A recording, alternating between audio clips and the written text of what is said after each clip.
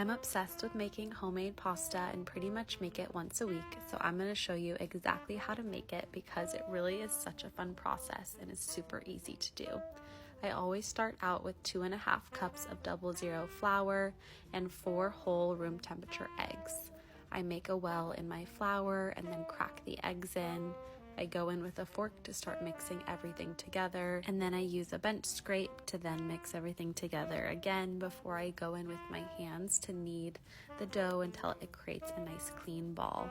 I do the thumb trick to make sure the dough bounces back, and then I refrigerate my dough for about 30 minutes while I make my filling.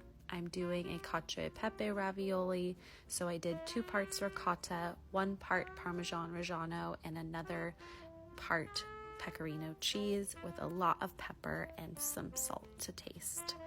I then mix that all together and flour my surface and start rolling out the pasta dough. I always recruit my husband to help because it definitely is very time consuming and takes some legwork to make sure to get it nice and thin. I add my filling to a piping bag and then cover half the dough with a towel and start piping on my ravioli.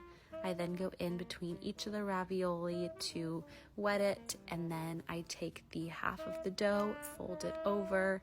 I go in with my hands to kind of carve out each ravioli, and then I seal everything with the plate and then cut each one out with my ruffled edge pasta cutter. I boil the ravioli for about 5 to 7 minutes until they float to the surface. Add butter, the ravioli, some pasta water, more cheese and pepper to a pan, and here's the final product.